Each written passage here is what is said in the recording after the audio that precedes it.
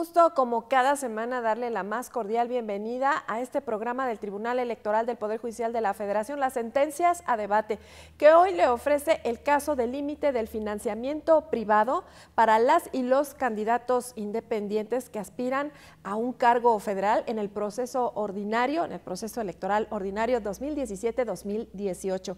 Déjeme comentarle que la Sala Superior conoció de este asunto a través de un juicio para la protección de los derechos político-electorales del ciudadano que precisamente estaba impugnando un acuerdo del Consejo General del Instituto Nacional Electoral que había aprobado el límite para las candidaturas independientes a un cargo federal en el proceso precisamente electoral ordinario 2017-2018 en campaña. La Sala Superior, con su sentencia, favorece el desarrollo de las candidaturas independientes en México, como lo ha hecho en muchas otras sentencias, porque con sus decisiones favorece precisamente la implementación y el desarrollo progresivo de las candidaturas independientes. Es en ese estado de cosas que la Sala Superior dictó sentencia y equiparó precisamente el financiamiento privado de las candidaturas independientes con la de los partidos políticos. Y si usted quiere conocer los detalles de esta importante sentencia de la Sala Superior, le invito a que se quede con nosotros, ya que Pedro Lara y Malo recibe en el estudio, por un lado, al doctor Raúl Ávila Ortiz, quien es académico y especialista electoral, y también recibe al licenciado Jesús René Quiñones Ceballos, quien es secretario de Estudio y Cuenta de la ponencia del magistrado Felipe Alfredo Fuentes Barrera. Yo soy Lucy Farías y, como cada ocasión, le invito a que se quede con nosotros. ¿Nos acompaña?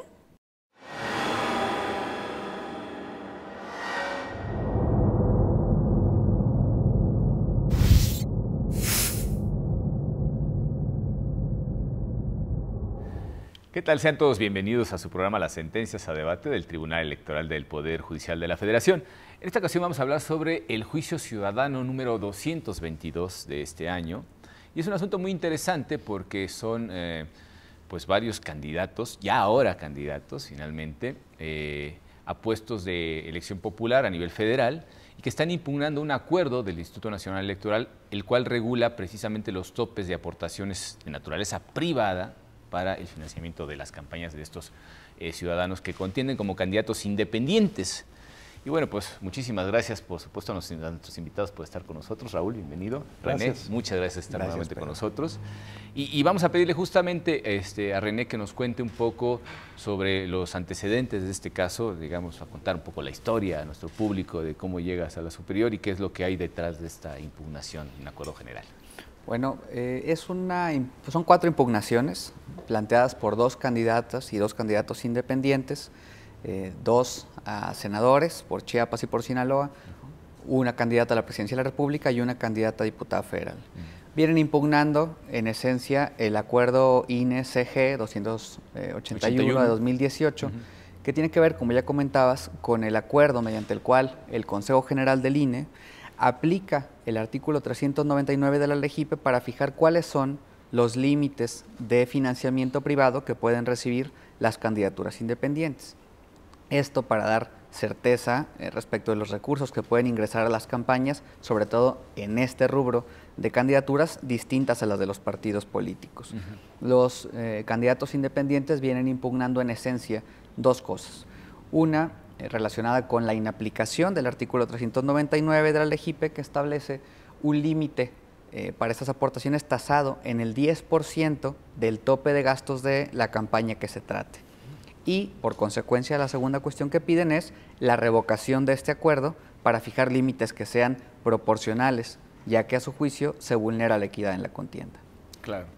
Hay una cosa aquí que vale la pena, creo que resaltar, querido Raúl, y es el hecho de que nosotros hemos transitado dando bandazos entre los modelos de financiamiento, porque en algún momento, en el 86, cuando se reconoce constitucionalmente el derecho de los partidos políticos a recibir financiamiento público, inmediatamente hay algunas reacciones que pretenden situar las alarmas en la cuestión del empoderamiento de ciertos grupos fácticos que a través del dinero, y es un ejemplo además muy claro el que tenemos en el país vecino del norte, donde ahí los cañonazos son los que determinan la política gubernamental, y hablo de los cañonazos de los mismos que hablaba Obregón, ¿no? Sí, claro.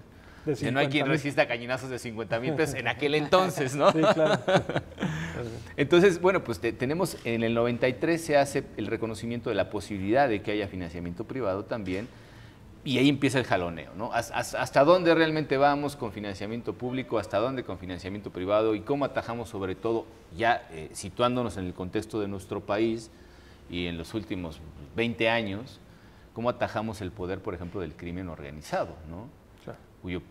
Cuyo poder económico pues es verdaderamente aplastante y que podría comprar voluntades de cualquier nivel, en cualquier lugar prácticamente, ¿no?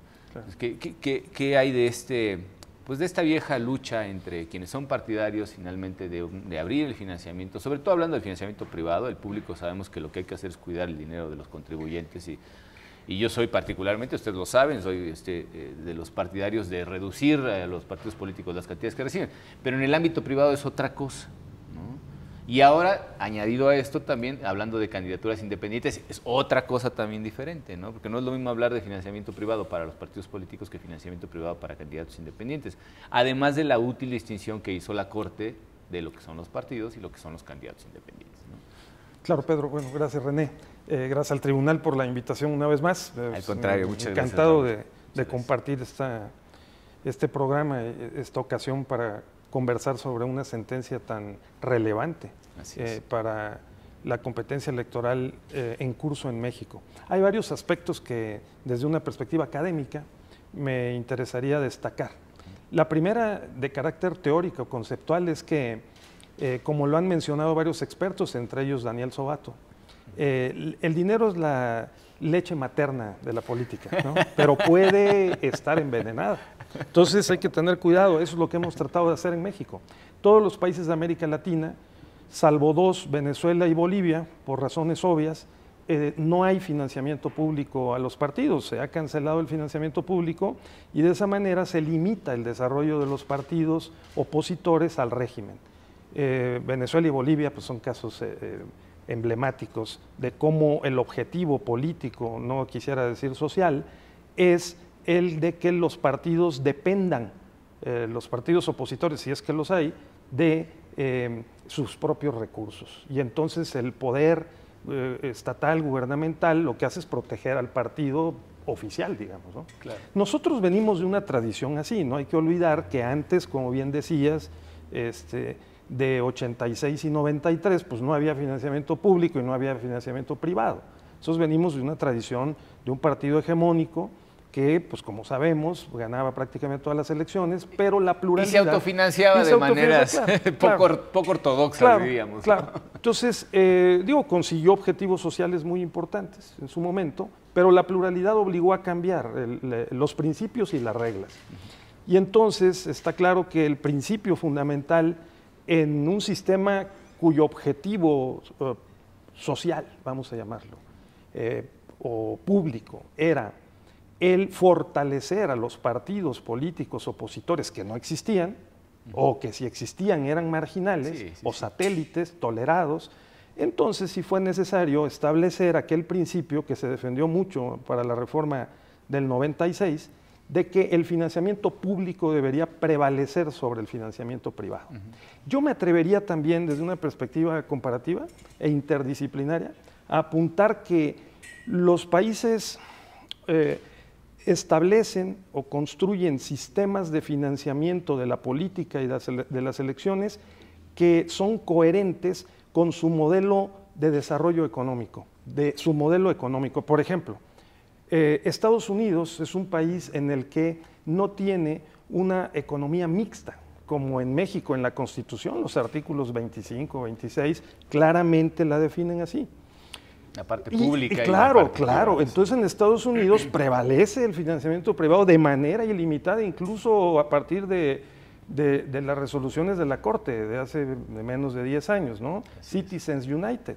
Entonces, en México no es así. En México tenemos un régimen de economía mixta y el Estado interviene en la economía a través de empresas paraestatales, organismos centralizados en el ámbito económico, en el ámbito electoral interviene con la regulación e interviene con dos poderosas instituciones como son el INE y el Tribunal Electoral, particularmente porque funciona como un tribunal constitucional. Ya termino, Pedro, esta intervención para decir que me parece muy importante en esta sentencia que ese principio de que el financiamiento público prevalezca sobre el financiamiento privado en materia, o sea, en cuanto hace a partidos políticos en competencia electoral y en general para su vida ordinaria de los partidos, en el caso de candidatos independientes, la Sala Superior, con esta sentencia y con los precedentes que venía construyendo desde hace algunos años, ha flexibilizado y de hecho equilibrado ese principio con el principio de que en materia de candidatos independientes, para poder garantizar la equidad en la contienda, claro, y la competencia, una elección libre y auténtica, ¿no? Valor fundamental, el artículo 41 constitucional, ese principio de público sobre privado aquí se puede invertir, ¿no? El financiamiento privado puede ser mayor que el financiamiento público y me parece muy correcta la decisión. Y sobre todo por las cantidades, ya lo veremos más adelante, pero sobre todo por las cantidades, porque uno dice, ay, no está tan fácil, ¿no? Claro. Nos arriesgamos a que venga alguien a comprar voluntades políticas y demás. Claro. Pero vistas las cantidades de financiamiento público, creo que la gente pensará otra cosa. Por lo pronto se me ocurre una cuestión que es muy importante y que el público tiene que conocer, y es la distinción que hace precisamente la Corte respecto de la naturaleza de los partidos políticos y de los candidatos independientes, ¿no? Porque eso creo que es la base fundamental para poder establecer precisamente las diferentes consideraciones que se tienen en cuenta de unos y de otros. Se habla de una naturaleza incluso distinta, ¿no? ¿Nos puedes contar un poco exactamente qué es lo que tenemos que distinguir básicamente entre los partidos políticos y los candidatos independientes desde el punto de vista jurídico y con lo que se plantea en este caso, ¿no? Por supuesto.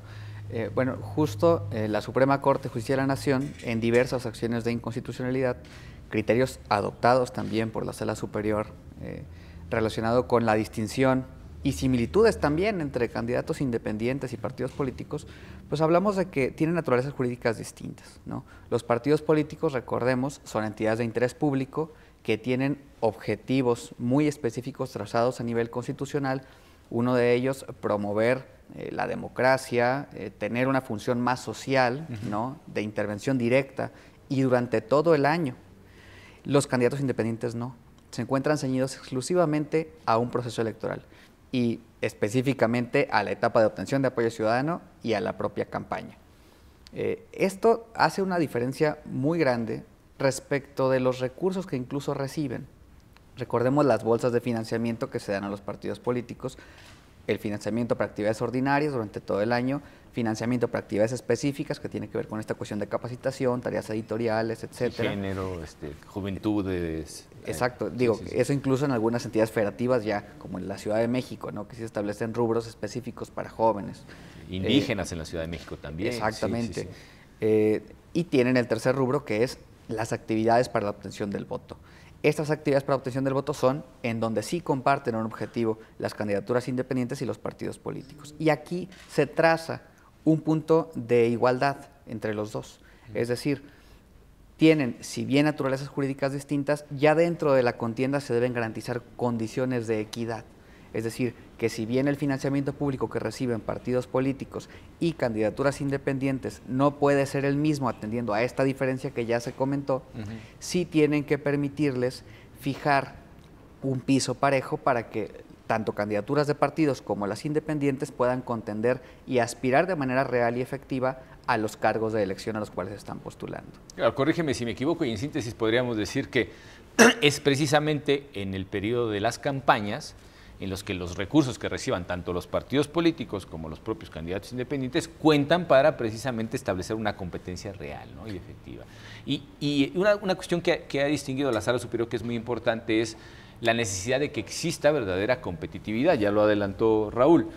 Eso significa de alguna manera que no pueden estar muy desfasados precisamente los recursos que tienen esos partidos políticos frente a los que tienen los candidatos independientes para poder conseguir una contienda pues, que sea real, que al final de cuentas demuestre la verdadera competitividad y el poder de convocatoria ciudadana que tienen cada uno de los candidatos con o sin partido. Y viendo una cuestión interesante respecto de cómo se determinan estas cantidades, vemos que la metodología pues, es bastante clara por parte del instituto. Y lo primero es, se fijan unas cantidades para toda la campaña, ¿no? Porque ese, digamos, es el suelo a partir del cual haremos ciertos cálculos. Incluso se mencionan aquí los acuerdos generales emitidos por el Instituto Nacional Electoral a través de su Consejo General, y se plantean cuestiones de números que nos permiten de alguna manera visualizar el panorama. ¿Cómo es esto? O sea, ¿qué es lo que dicen estos acuerdos? El primer acuerdo que se saca es el que fija el tope para todo el proceso electoral, y se determinan cuántas cantidades hay para la campaña, me imagino, tanto en financiamiento público y justo en financiamiento privado, que es el caso que nos ocupa, a través de diversos acuerdos. ¿Cómo se establece, digamos, ese piso, ¿no? ¿Cómo se calcula? Bueno, en primer término, efectivamente, se establece cuáles son los topes de gastos de campaña, ¿no? Que en este caso para la elección presidencial son 429 millones, números cerrados, un poco más. En el caso de las candidaturas a diputados federales es de 1.400.000 pesos más o menos. Perdón que te interrumpa, aquí hay una cosa que me parece muy interesante y es el hecho de que ve uno las cantidades, por ejemplo, que están destinadas a la elección de presidente y se disparan de una manera escandalosa. O sea, es decir, ¿qué parámetro tiene el legislador para poder establecer este tipo de cuestiones, ¿no? Porque realmente sí ve uno y la diferencia es enorme. Es enorme, o sea, son cientos de veces en algunos casos más de financiamiento para una campaña presidencial que para no. ¿Hay alguna explicación lógica para esto por parte del legislador? Bueno, en realidad debemos considerar la magnitud de cada una de las campañas, ¿no? Una candidatura presidencial pues está a lo largo de todo el territorio nacional. Las candidaturas a diputados federales, que es donde acabo de comentar, y se marca una diferencia muy pronunciada, pues están ceñidas a un distrito electoral federal, que evidentemente es muchísimo menor, son 300 distritos federales uninominales a nivel nacional, que son los que conforman al final el territorio nacional en completo. Las Pero senadurías, incluso haciendo esa división en unidades más pequeñas, creo que no, o sea, no me salen las cuentas. Si pensáramos incluso el número de votantes como número de personas dentro de un distrito que tienen derecho a ejercer su voto de manera activa, creo que tampoco saldrían, no sé si se ha hecho ese ejercicio. Pero justo voy hacia allá, porque esta primera parte es importante de considerar, la dimensión. Recordemos una parte que tiene mucha relevancia con las campañas electorales, que es el tema del prorrateo. Recordemos, por ejemplo, lo que pasó en elecciones anteriores, en 2012, ¿no? Donde el candidato Andrés Manuel López Obrador aparecía en la propaganda básicamente de todas sus candidaturas. Es decir, un candidato a diputado federal tiene un tope mucho menor, pero no aparece en toda la propaganda a nivel nacional, ni aparece en toda la propaganda que existe en ese ámbito territorial. Cosa distinta con los candidatos presidenciales, en donde sí se potencia la imagen de estas figuras que tienen un cargo de relevancia mayor y tienen un impacto mayor en el gasto, más allá del gasto que individualmente erogan, si es un gasto que se comparte con todas las candidaturas. En este apartado, si diéramos un financiamiento público, bueno, si se fijara un tope de gastos, de campaña, en proporción a la suma de todos los distritos electorales, pues evidentemente habría rebases con mucha facilidad. O sea, tiene una cuestión también de racionalidad en cuanto a la forma de ejercicio del gasto en las campañas electorales. No es solamente en cuanto a qué cantidad de ciudadanos te estás dirigiendo, porque eso partiría de lo que comentas. Claro. Hacer una sumatoria de distritos, pero no es el caso. Hay otros factores que también influyen en la contienda, como es la forma en la que los partidos políticos gastan recursos. Claro. No, y sobre todo lo pensaba desde esa perspectiva porque una de las cuestiones más importantes que se manejan a nivel general en los medios y la academia respecto de las campañas electorales es el excesivo gasto. Digo, es una constante y ha sido una constante en los últimos años, probablemente pues, desde 1983. Se han puesto en tela de juicio y se han analizado diferentes posturas respecto de cuánto dinero, cuáles son las cantidades idóneas para que finalmente se pueda facilitar a los actores del ámbito político, pues potenciar la democracia, el ejercicio de los derechos ciudadanos, etcétera, etcétera, ¿no? Es una cuestión compleja y muchas veces tendemos a pensar en el cálculo de cuánto cuesta cada votante. O sea, ¿cuánto nos cuesta cada votante realmente, ¿no? El hecho de que una persona pueda ejercer sus derechos cívico-políticos y pueda ir y depositar su boleta en una o varias urnas, pues se hace un cálculo de cuánto cuesta esa serie de actos que permiten al ciudadano el ejercicio de los derechos. Si nos permiten, vamos a ir a nuestro primer corte y volvemos en un momento. Muchas gracias.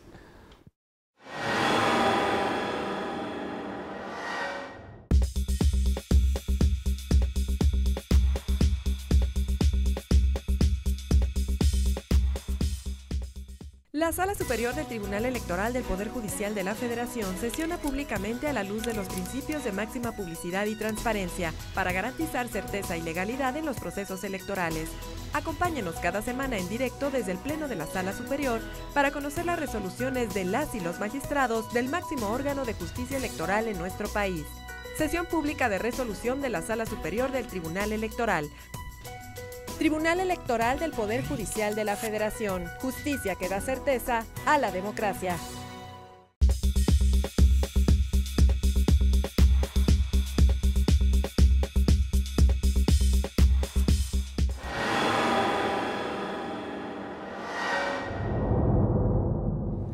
Bueno, pues ya estamos de regreso con ustedes. Tú ibas a comentar algo muy interesante, Raúl. Por favor, ilústranos. Bueno, muchas gracias, Pedro, René, otra vez. Sí, bueno, he estado observando con el paso de los años que coincide la transición democrática de México y la pluralidad que finalmente llegó a todos los niveles y en todos los ámbitos territoriales del país, como lo ha reiterado José Woldenberg, y lo tenemos muy probado, pero de la mano o al mismo tiempo que firmamos como país y hemos implementado el Tratado de Libre Comercio de América del Norte. Si lo vemos desde esa perspectiva, digamos, interdisciplinaria, podríamos apuntar que tenemos un modelo político, electoral, constitucional electoral de inspiración europea.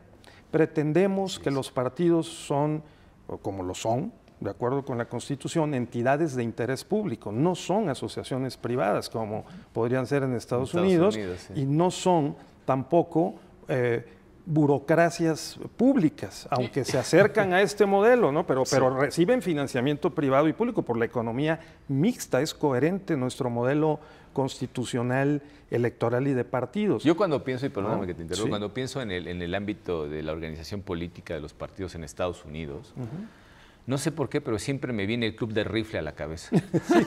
Bueno, pues el dinero que invirtieron en la campaña del actual presidente de los Estados Unidos. Y actúan además como si fueran un partido político. Entonces, ¿no? Aquí la filosofía política, jurídica que está detrás de esto es que en países que no tienen grandes clases medias, que además no contribuyen de manera directa con sus impuestos al financiamiento de la política, como en otros países europeos, entonces, lo que sí hemos acordado, que está en la Constitución, en las leyes, es la intervención del Estado a través de la regulación y la coacción, desde luego, también la promoción, la disuasión, la educación cívica, la capacitación en el mercado electoral.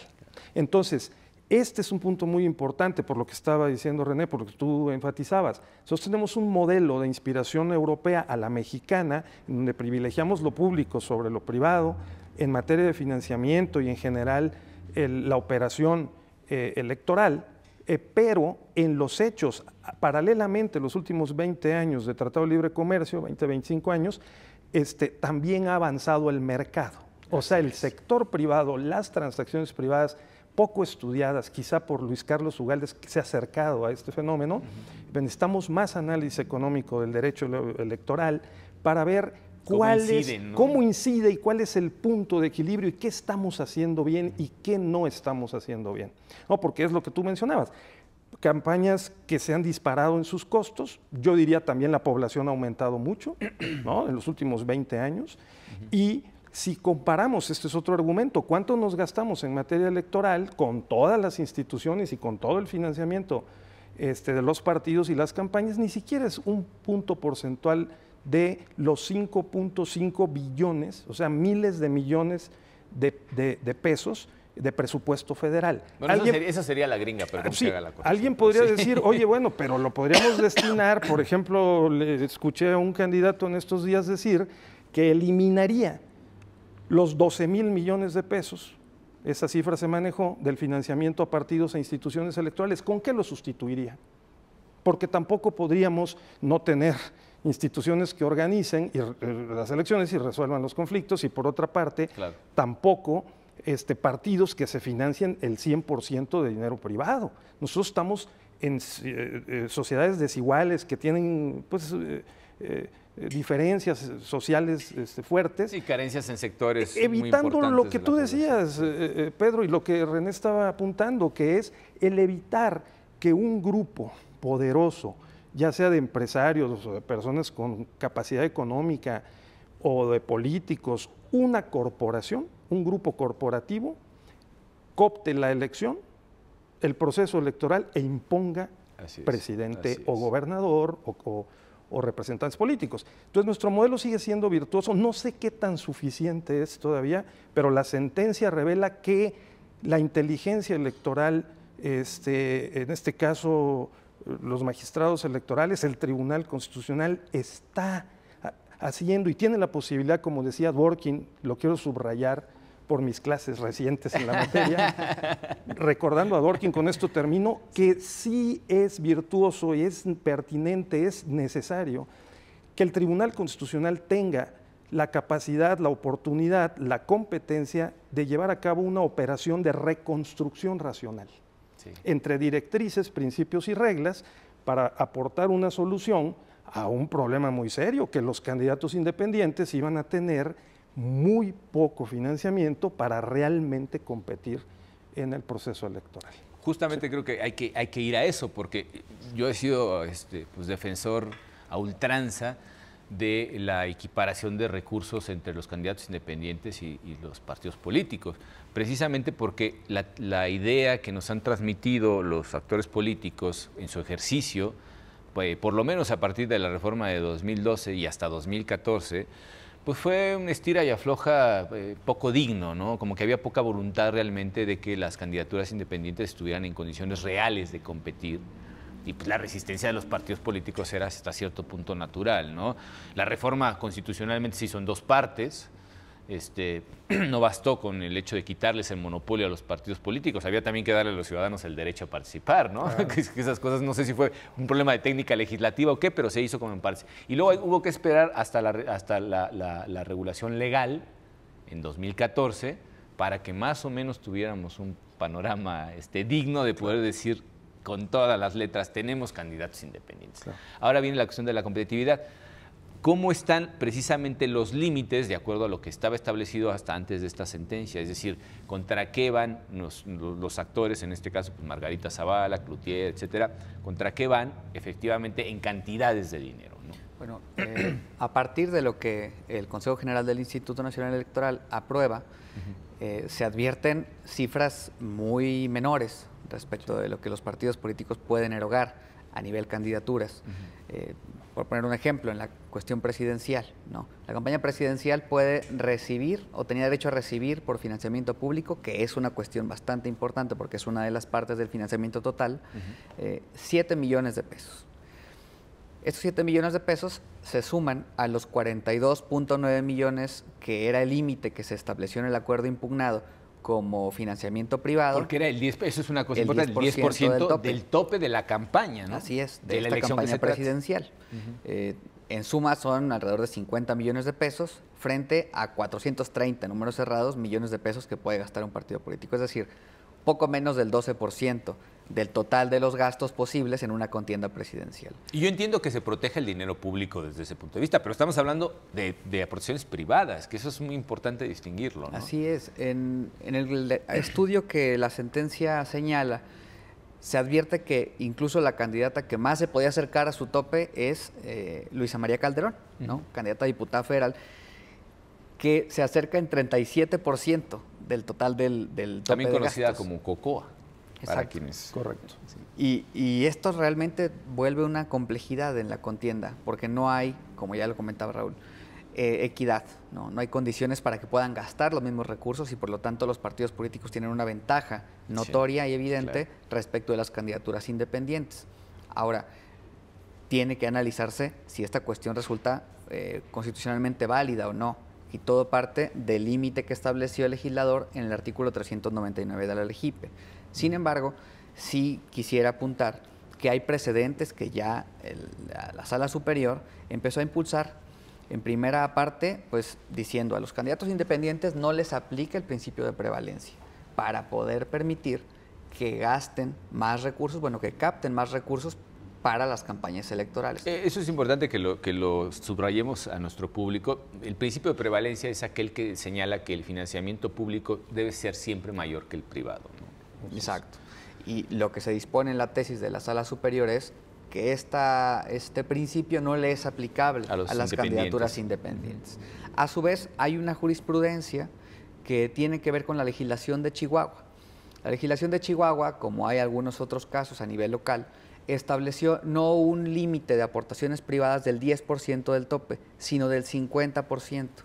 Al analizar los recursos de reconsideración, la Sala Superior lo que determinó es que cuando el legislador, en su libre configuración legislativa, establece que el límite sea el 50% del tope de gastos de campaña para el financiamiento privado, es constitucionalmente válido, porque fija un parámetro de equidad. Sin embargo, eso se refiere únicamente a las legislaciones que establecen que el límite sea el 50%, lo que no sucede en el caso federal.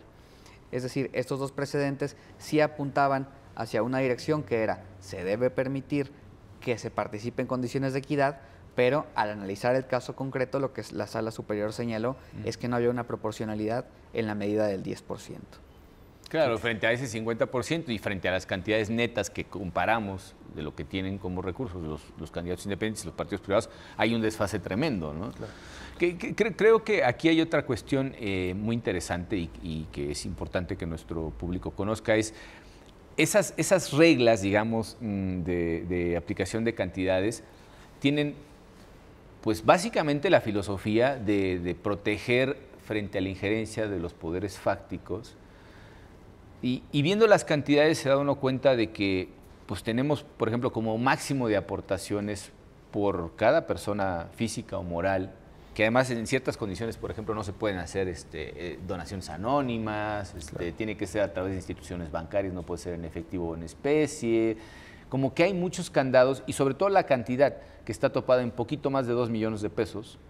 Eso nos hablaría también de el mantenimiento de ciertos límites para evitar esa injerencia indeseada. Claro, en efecto, me parece muy importante destacar que la sentencia incluye un test de proporcionalidad y que está muy bien explicado, es muy didáctico, el modo como lo han plasmado en esta resolución que estamos comentando, porque es una medida, la de que los candidatos independientes reciban financiamiento público y privado, es una medida necesaria, lo es idónea, lo es, ¿no?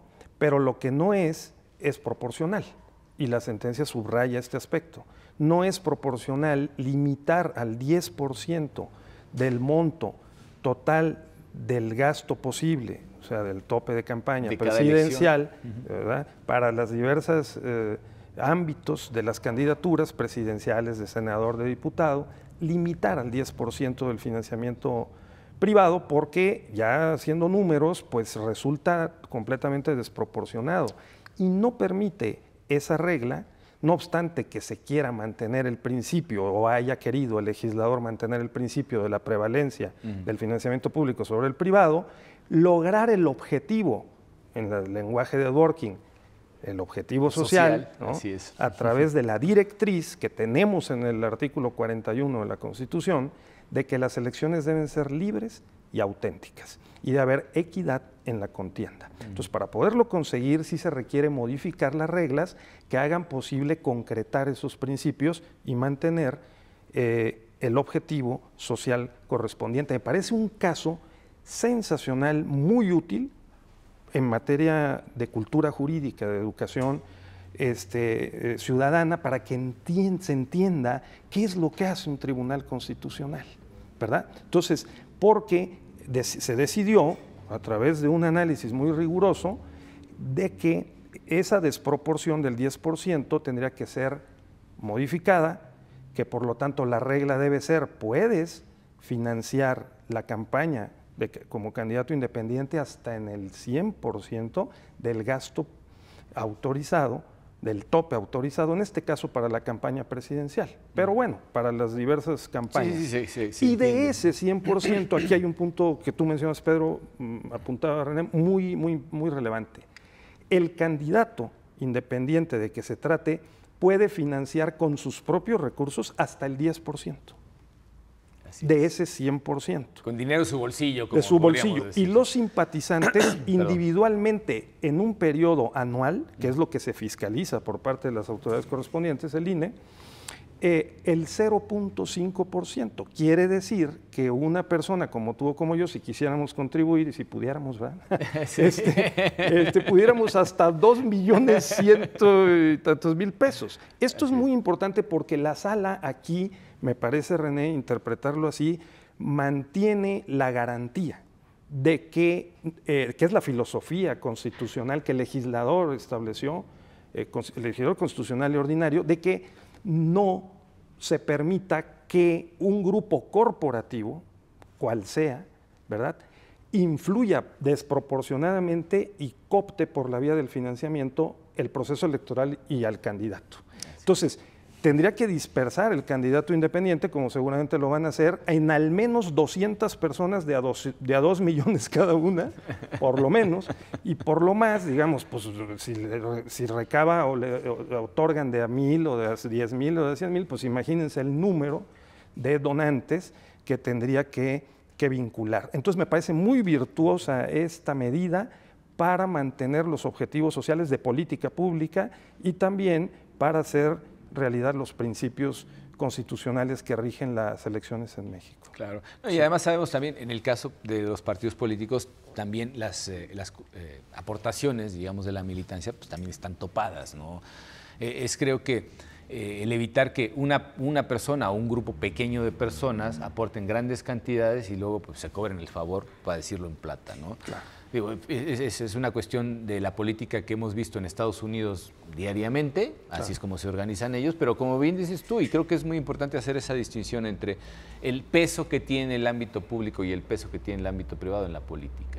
Claro. El mal ejemplo pues, lo tenemos en el vecino del norte, por supuesto, el modelo que hemos adoptado formalmente es el modelo europeo, y deberíamos tratar precisamente de apartarnos de esas injerencias indeseadas, pero sin, de alguna manera, limitar el derecho de los propios candidatos, ya sea vía partido o vía independientes, pues a postularse, competir en condiciones de igualdad y sobre todo condiciones de equidad, ¿no? Claro. La equidad creo que es el eje central precisamente de esta sentencia.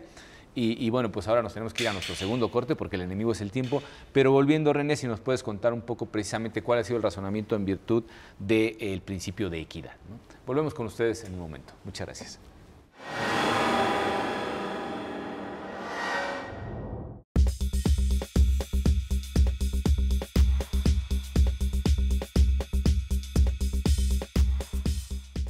Tus derechos políticos son derechos humanos. El Tribunal Electoral del Poder Judicial de la Federación los protege y tutela mediante la impartición de justicia electoral abierta. Cada sentencia del Tribunal Electoral del Poder Judicial de la Federación contribuye a protegerlos y fortalece los principios que rigen los procesos electorales. Tribunal Electoral del Poder Judicial de la Federación. Justicia que da certeza a la democracia.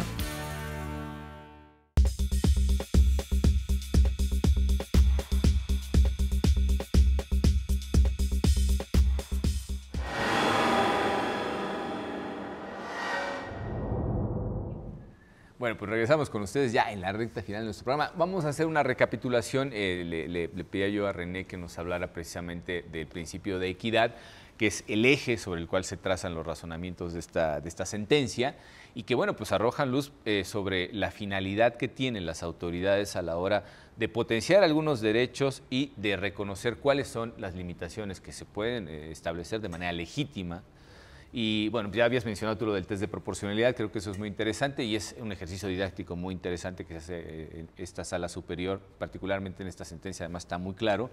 Pero sobre todo, hablamos del bien jurídico tutelado, ¿no? Que se trata de la equidad. Y me hace pensar un poco, disculpen ustedes la comparación, en las acciones afirmativas, ¿no? Un poco ver quién está en desventaja, le damos un empujoncito para tratar de que el panorama esté más equilibrado, en fin. ¿Qué hay en cuenta sobre todo de esta cuestión del análisis del principio de equidad en virtud de lo que plantean los propios quejosos a través de sus agravios? Bueno, de hecho en el propio test de proporcionalidad, lo que la Sala Superior fija como uno de los fines legítimos de la medida que se estaba estudiando es el garantizar la equidad en la contienda. Entonces, al momento de que se advierte que existe efectivamente una restricción fijada por el legislador consistente en el límite a las aportaciones privadas, se verificó cuáles eran los límites, los fines legítimos a los cuales aspiraba esta norma. Y uno de ellos era garantizar la equidad en la contienda. Al momento incluso también de analizar, perdón que retome el test de proporcionalidad, pero tiene que ver justo con este estudio de equidad, al analizar si la medida era necesaria, pues evidentemente se necesitaba fijar un límite. Sin este límite, los recursos que podían entrar, pues podían ser de cualquier cantidad, y esto, pues sí estaba topado con un tope de gastos, pero no se privilegiaba otro de los fines legítimos de la medida, que era garantizar la autonomía de los candidatos independientes frente al ejercicio del poder, que ya lo comentabas tú. Sí. En realidad, si no existe esta medida, pues cualquiera puede aportarle toda la cantidad de recursos a la campaña, y en este caso, pues lo que se buscó justo con la medida establecida a través del control de constitucionalidad, en el caso concreto, fue fijar parámetros razonables que permitieran que todos los sujetos se encontraran en las mismas condiciones para contender respecto de los candidatos postulados por partidos políticos o bien respecto de otros candidatos independientes. En este caso, la cuestión que ya se comentaba de los límites de aportaciones individuales de los candidatos independientes y de los propios simpatizantes es una cuestión que la ley no estableció de manera expresa para los candidatos independientes. Los únicos límites individuales que se fijan están a partir de las aportaciones a partidos políticos, tan es así que se establecen en la Ley General de Partidos Políticos. Pero cuando la Sala Superior hace este análisis, cae en la necesidad de fijar una medida que sustituyera la del 10% para poder garantizar esta equidad, y que decide que se les permita recibir recursos hasta por el tope de gastos de campaña, contando los recursos a los que tenían derecho por concepto de financiamiento público, es que identifica la necesidad también de fijar otra regla, es decir, que acote la cantidad de recursos que puede inyectar cada persona en lo individual a estas campañas. Y por eso se establecen parámetros razonables que están en proporción de lo que se establece para los partidos políticos, pero acotado a las campañas electorales. Y en este caso es muy importante tomar en cuenta que la Sala Superior advierte las facultades que tiene el Instituto Nacional Electoral para fiscalizar recursos. Es decir, lo que fortalece es esta rendición de cuentas, esta transparencia en el uso de los recursos y también en la transparencia de los recursos que ingresan a las campañas electorales para poder determinar de dónde vienen esos recursos. Como lo señalabas, en el caso de la campaña presidencial, ¿no? Podríamos hablar de 200 aportantes y estos aportantes deberían acreditar también una capacidad económica, que si bien no es un requisito para aportarle a un partido político, esa es una de las facultades de la autoridad electoral que fiscaliza para verificar que los aportantes efectivamente tengan capacidad para darle a un candidato independiente o a una campaña 2 millones de pesos o 1 millón de pesos. Si me permite, voy a hacer un breve paréntesis para hablar precisamente de las condiciones que se deben de cumplir respecto del financiamiento privado. Es importante resaltar, por ejemplo, la prohibición de recibir aportaciones y donaciones en efectivo. Eso no se puede hacer. Correcto. Tampoco se puede aportar personas que pues, evidentemente están impedidas a aportar a los partidos, ni personas no identificadas. Es decir, las donaciones anónimas tampoco se valen, ¿no? No se pueden solicitar créditos de la banca de desarrollo por parte de los candidatos independientes, lo cual también es muy importante por distinguirlos de de aquellos elementos que están dentro del ámbito del derecho público y que tienen una utilidad pública, que podrían entrar precisamente por esa vía a obtener créditos o financiamiento, ¿no? Toda aportación y gasto debe realizarse de manera bancarizada, es decir, registro de operaciones a través de una entidad bancaria para evitar que haya información que no sea fiscalizable, ¿no? Que quede registro absolutamente de todo.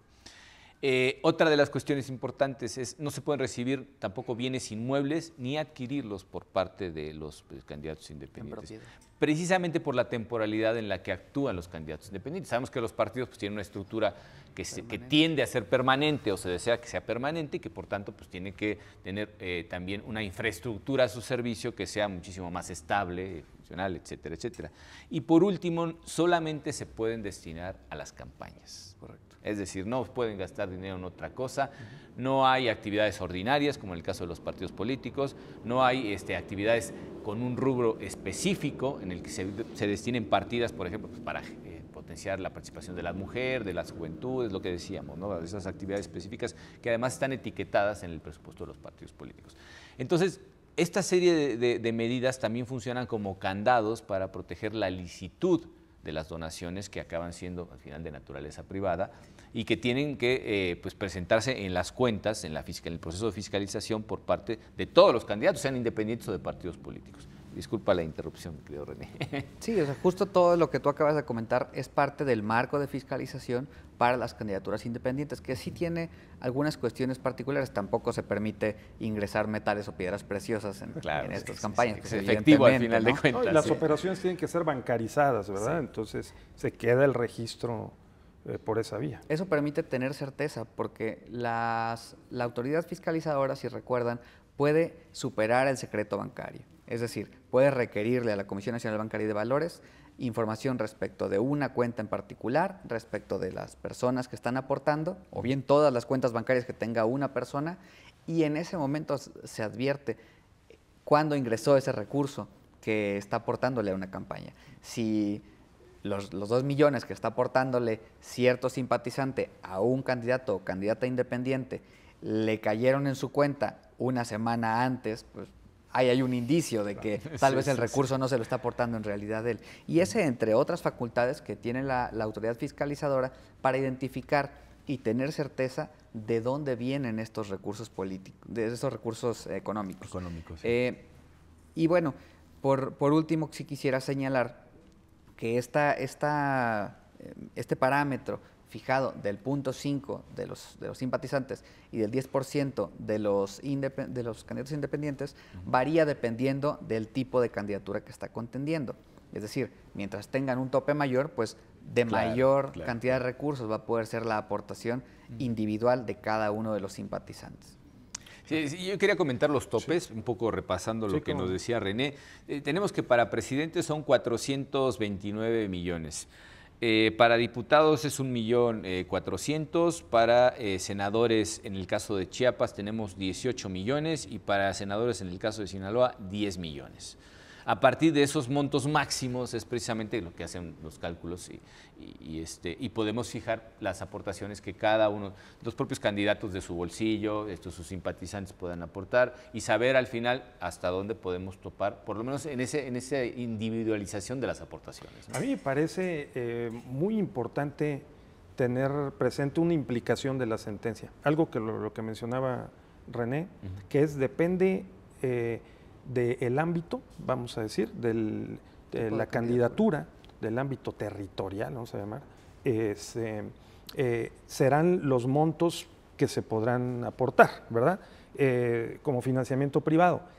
Yo destacaría el caso de los candidatos independientes a las presidencias municipales, porque una implicación de la sentencia es que va a intensificar la competencia entre independientes y no independientes, digamos, y candidatos de partidos políticos, digo, no solo en el ámbito presidencial, pero en el ámbito municipal, allí va a tener un impacto mayor. Con otro elemento que me parece relevante destacar, que es un poco, vamos a ver en la práctica, qué tanto la gente, los privados, la sociedad civil, participa con su financiamiento y se hace responsable y construye una ciudadanía más completa para exigirle cuentas a un candidato independiente que si gana, además se va a poder reelegir. Eso es un punto muy importante. Sí. Le abre esta sentencia en su implicación en el ámbito municipal, desde mi perspectiva, y luego diputados locales, diputados federales, pero en los presidentes municipales. Están en juego miles de presidencias municipales y me parece que será objeto, o debe ser objeto prioritario de investigación. ¿Qué pasa con el efecto de la sentencia en el ámbito de los candidatos independientes a las presidencias municipales? Porque sí, creo un tema muy que sí, cómo no, porque además, si me permiten, y ya termino, abre para el futuro una línea de reflexión. Porque si vamos a revisar, como ya se apunta, estas reglas, si no es que algunos principios del financiamiento de la política electoral en México, entonces habrá que registrar qué pasa con esta sociedad civil, que la hay en México, es poderosa, hay gente que puede y va a donar, dona, y sí participa, financia, también en el sentido del compromiso del candidato para rendirle cuentas. Claro. Y además es una vía de doble sentido. Correcto. ¿No? Al final de cuentas. Vamos ya a la cuestión de las cantidades, René. O sea, ¿cómo, en términos prácticos, ¿cómo le podríamos explicar a nuestra audiencia cómo quedan al final establecidos los topes de la manera más sintética posible, ¿no? Ok, podemos partir, sigamos con la campaña presidencial, que ha sido sí, el ejemplo claro, sí, el ejemplo claro, sí. Y donde más evidenciaba también una discrepancia. Partamos del tope de gastos de campaña, que en este caso son 429 millones de pesos. A estos 429 millones de pesos tiene que restársele la cantidad de recursos a que tenían derecho las candidaturas por concepto de financiamiento público. En este caso son 7 millones. Nos quedan 422 millones. Sí. ¿No? El resto es justo lo que pueden recibir de financiamiento privado. Es decir, hasta equipararse con los partidos políticos. Y tomando en cuenta que si las candidaturas independientes, como está sucediendo en algunos casos, renunciaron al financiamiento público, ese es un recurso que ya no van a poder erogar respecto del tope. Es decir, ninguna campaña se puede financiar con el 100% de financiamiento privado. Si no quieren usar el público, pues están en su derecho. Pero lo que sí se dijo es, tú no puedes como candidato independiente tener el 100% de recursos privados, ya que el Estado está buscando regular de alguna forma la cantidad de recursos a que tienes derecho. Esto en el caso de las... Pero eso significa 429 millones menos un peso. En términos brutos, digo. No, justo es lo que explico. Son 429 menos los 7 a que tenía derecho. Okay. Formalmente, aunque hayan renunciado a ellos. Si renuncias, tú solo podrás gastar 422 millones. Sí. Es decir, ya no podrás gastar 429 porque esos 7 pues ya no los quisiste. Esos 7 no los puedes recibir ya de financiamiento privado. Sí, yo estaba pensando en Margarita Zavala, que además es precisamente una de las actoras en este asunto. Que no el Bronco, eso es, ojo, porque hubo medios por ahí que decían pues, que el Bronco va a ser beneficiado. Sí, efectivamente, si se ve como un beneficio esto para todos los independientes, pues el Bronco va a ser beneficiado, pero ni siquiera fue actor en este asunto, ¿no? Pero fíjate que es importante lo que comentas y contesto también una parte de lo que comentaba Raúl. Esta sentencia, por la naturaleza del acto que se está impugnando, tiene un efecto que va más allá de los actores. Claro. Si bien está analizado el caso concreto, tiene una relevancia que impacta en todas las candidaturas independientes en el ámbito federal. Claro. Es decir, este criterio efectivamente abre una brecha a partir de la cual tal vez van a empezar a cambiar las regulaciones o tal vez los tribunales locales van a empezar a tomar otro tipo de decisiones respecto de estas cantidades de financiamiento, porque efectivamente en el ámbito local pues las cantidades son muchísimo menores, aunque sí se vio en el caso, por ejemplo, de 2015, donde entidades federativas como Chiapas tenían topes de gastos de campaña para presidentes municipales que eran muchísimo más altas que las de los candidatos a diputados locales o capitales de otras entidades federativas que a nivel poblacional eran muchísimo más grandes, ¿no? Claro.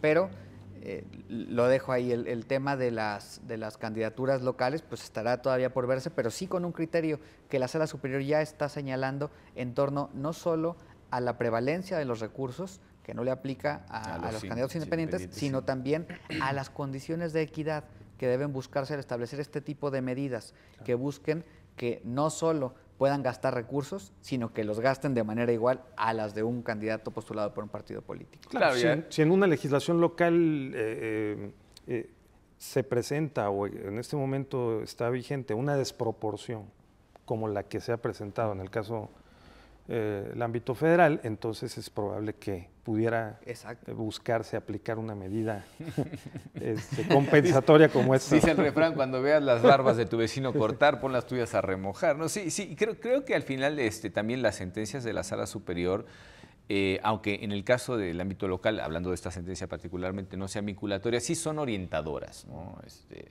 Tanto para la judicatura como para las propias políticas legislativas. Claro. Y lo hemos visto en esa interacción de doble vía, ¿no? Es decir, las autoridades jurisdiccionales, particularmente la Sala Superior de este tribunal, han aportado mucho al diseño legislativo. Sí, claro. ¿No? Lo vimos con las últimas reformas, sobre todo en la de 2014, hubo muchas cuestiones que el legislador tuvo en cuenta gracias precisamente a lo resuelto por la Sala Superior, ¿no? En el ámbito de la ciudadanía y la percepción que se tiene respecto de estos asuntos pues ya estamos gastando más dinero, ¿no?, en las elecciones, pero creo que es importante y sobre todo frente a la información proporcionada por algunos medios, pues hacer hincapié en que esta es una sentencia que lo que trata es tutelar la equidad de la contienda, permitir que sea una contienda más real, por los recursos con los que cuentan tanto los candidatos independientes como los partidos políticos, y es parte de la necesaria competitividad que tiene que haber para que el ejercicio democrático sea también auténtico, ¿no? Viene todo esto al final de cierto hartazgo por parte de la ciudadanía respecto al papel de los partidos políticos, claro, y el abandono. Por retomar el caso de Estados Unidos, ¿no?, donde el financiamiento es privado prácticamente en su totalidad, el nivel de representatividad del que se quejan un ciudadano promedio en Estados Unidos está todavía por debajo del nuestro. Es decir, ¿cuántas iniciativas propuestas por vía ciudadana se convierten en ley? El porcentaje es muchísimo más bajo del que se convierten, por ejemplo, las iniciativas de las empresas, porque son las que aportan el dinero. Y justamente eso tiene que ver con la competencia entre gente que no está vinculada a un partido, pero respetando precisamente la posibilidad, protegiendo más bien frente a la amenaza de la injerencia de los poderes fácticos y el dinero en la política. Bueno, pues nada nos resta más que agradecerles su amabilísima compañía en este programa, agradecer a nuestros invitados. Raúl, René, muchísimas gracias otra vez. Gracias. Y los invitamos a la próxima emisión de Sentencias a Debate. Muchísimas gracias y hasta pronto.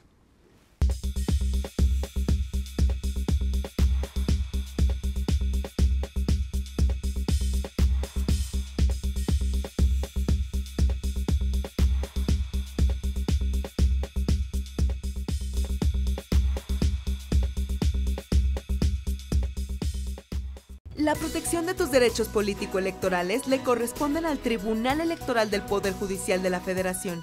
Sus sentencias salvaguardan cada etapa del proceso electoral.